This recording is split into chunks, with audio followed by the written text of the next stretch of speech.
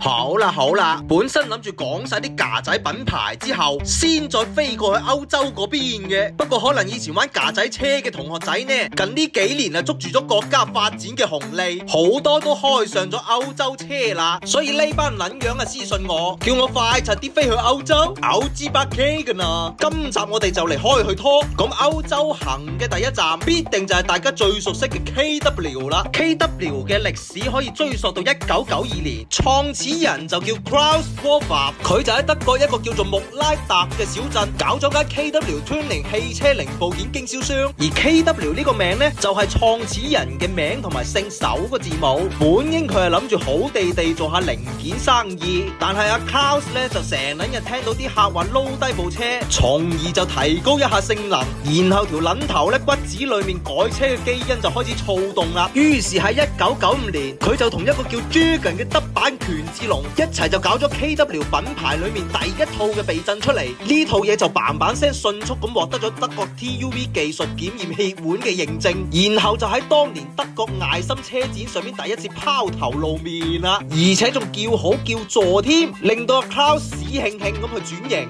1996年 KW Tuning 就改名啦，全名就叫做 KW Qualified Suspensions， 從此就專注於避震嘅升級同埋製造。1999年 KW 就改咗部本田嘅 Integra DC2， 參加德國房車挑戰賽，仲成為超級房車錦標賽贊助商添。而且佢嘅產品就開始喺美國 SIMA 車展上面亮相。2000年就開始經常參加德國嘅賽事，開始同多支車隊合作積累經驗啦。2001年經典嘅 KW William Free 兩 V 可調絞牙避震同埋 Innisline 內附式不鏽鋼內管出世啦。其中 William Free 咧就係呢家裝到街知巷聞嘅 V3啦。咁之後咧 KW 就繼續開圖，2005年進軍北美，而且仲買起咗 ST Racing 呢個避震品牌添。2006年註冊嘅方格旗，加上呢個 KW 黃紫色嘅商標，就一直用到呢家啦。2009年先真正進入中國，然後2021年仲收購咗 BBS 德國嘅業務添。咁作為歐洲一線嘅避震品牌，產品線豐富呢個就梗噶啦。但係佢嘅產品線亦都好清晰，無非就係三個方向：街道舒適、街道操控同埋賽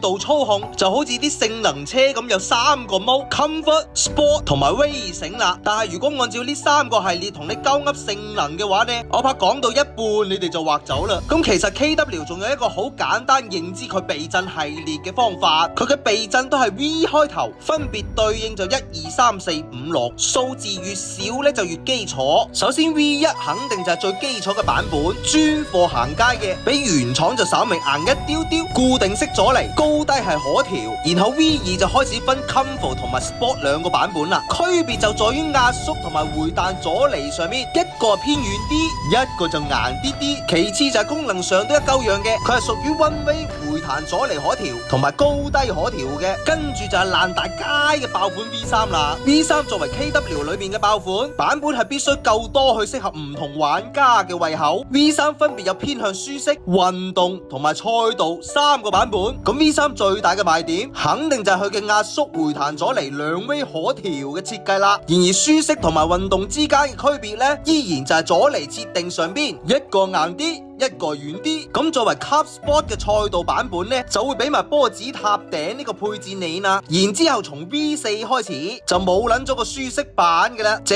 接就運動版開波，亦都有 Cup Sport 嘅賽道版，全系列就配備波子塔頂。最大嘅賣點就係3 V 可調阻尼，壓縮阻尼嘅高低速係可以單獨調整嘅。呢個配置就幾乎同業餘嘅玩家講 Sayonara。咁最後就 V5 啦。V5 同 V4 嘅系列同配置大致上都係一樣嘅，只不過 V5 喺回彈阻尼上面呢會多咗1 V 俾大家調整，咁就壓縮同回彈阻尼都有高低速可調啦。咁 KW 嘅產品仲有好柒多，例如對應電調嘅 DDC， 專門貨賽道嘅 Racing 定制避震，亦都有對應原廠避震可調高低嘅 HAS 彈簧，仲有液壓升降嘅 HLS 系統。好啦，求撚期就講完基礎嘅產品啦，然後就鳩吹一下普羅大眾對 KW 嘅睇法。開德系車嘅車友有呢，裝 KW 嘅比例係特別高嘅，亦都證明佢嘅產品確實有獨到吸引之處。確實作為一個德國嘅改裝大品牌，佢整個售前售後服務嘅流水線都比好